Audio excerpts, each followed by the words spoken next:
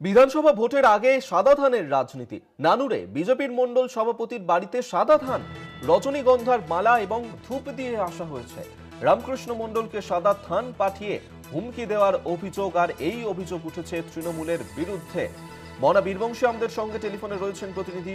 মনা, ঠিক কি ঘটনা ঘটেছে, কি অভিযোগ করছেন রামকৃষ্ণ মণ্ডল? দেখো অভিক, যে ঘটনা ঘটেছে তা কিন্তু কার্যত নজিরবিহীন, সেটা কিন্তু বলা যেতে পারে, এবং বিরল। বিগত দিনে যে আগে সম্প্রতিকালে এই ধরনের ঘটনা ঘটেছে কিনা সেটা নিয়ে কিন্তু নিঃসন্দেহে মানে ফারাক রয়েছে, সেটা কিন্তু বলা যেতে পারে। দেখো, যেটা আমরা জানতে পারছি সেটি হচ্ছে বীরভূমের নানুর।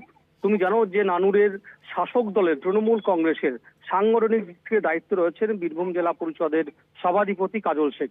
সেই নানুরেই কুড়গ্রামে বিজেপির 3 নম্বর মণ্ডল সভাপতি রামকৃষ্ণ মণ্ডল তার বাড়িতে অভিনব কায়দায় তাকে খুনের হুমকি দিয়েছেন, এবং তিনি ইতিমধ্যেই নানুর থানায় সেই বিষয়টি নিয়ে লিখিত অভিযোগ দায়ের করেছেন। দেখো, সেই হুমকিটা কি? সেই হুমকিটা হচ্ছে একটি থলি ব্যাগের মধ্যে সাদা থান, সেখানে রজনীগন্ধা ফুলের মালা, ধূপকাঠি এবং মিষ্টান্ন অর্থাৎ মিষ্টি সেখানে পাঠানো হয়েছে। অর্থাৎ তুমি বুঝতে পারছো, হিন্দু ধর্মে যদি কেউ মারা যায় সেক্ষেত্রে শেষকৃত্য সম্পন্ন ক্ষেত্রে এই সমস্ত যে উপকরণ, সেই উপকরণ কিন্তু লাগে।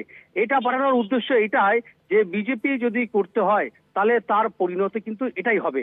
এমন ভাবেই কিন্তু একটা মানে নজিরবিহীন একটা হুমকি কিন্তু সেই বিজেপি নেতাকে দেওয়া হয়েছে।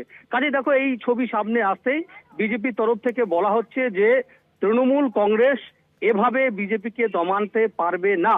যেভাবে বিজেপির কর্মীদেরকে এভাবে যে হুমকি দেওয়া হচ্ছে, খুনের হুমকি, সরাসরি খুনের হুমকি দেওয়া হচ্ছে, এটা মোটেই কাম্য নয়।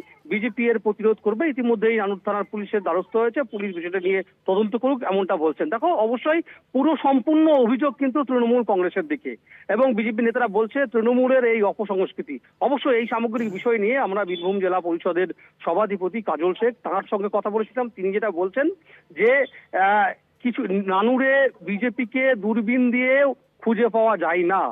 নানুরে তৃণমূল কংগ্রেস মানে নানুরে বিজেপি কোথাও আছে বলে তার কিন্তু জানা নেই, এমনটা কাজল শেখ বলছেন। এবং বলছেন যে এই বিধানসভা ভোটের প্রাক্কালে শুধুমাত্র টিআরপি বাড়ানোর জন্য বিজেপি এরকম ধরনের একটা মিথ্যা, একটা কলুষিত করার জন্য তাদের দলকে এমন ধরনের কিন্তু বলছেন, এবং তাতে কোনো লাভ হবে না। আগামী 26-এর বিধানসভা নির্বাচনে বীরভূমে যে 11টি বিধানসভা আছে সেটাই রেজাল্টের দিন মিলিয়ে নেবেন। যখন ভোট বাক্স খুলবে তখন দেখবেন 11তে 11 তৃণমূল, শূন্য হবে বিজেপি, এমনটাই তৃণমূলের তরফ থেকে বলা হচ্ছে। তবে তখন নিঃসন্দেহে এই মুহূর্তে দাঁড়িয়ে বিশেষ করে তুমি বুঝতে পারছো, একদিকে এই নানুর বিধানসভা, অন্যদিকে লাভপুর বিধানসভা, কোথাও তৃণমূলের নেতারা বলছেন বিজেপি নেতারা যদি আসেন তাদেরকে ঝাঁটাপেটা করুন, তাদের মাথা নেড়া করে দিন। কোথাও আবার এই সাদা থান পাঠিয়ে এই প্রাণনাশের হুমকি।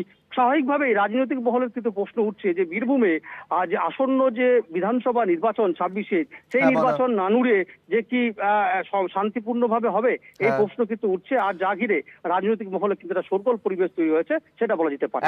আপাতত ধন্যবাদ মনা তোমাকে। মনা বীরবংশী আমাদের সঙ্গে টেলিফোনে ছিলেন প্রতিনিধি।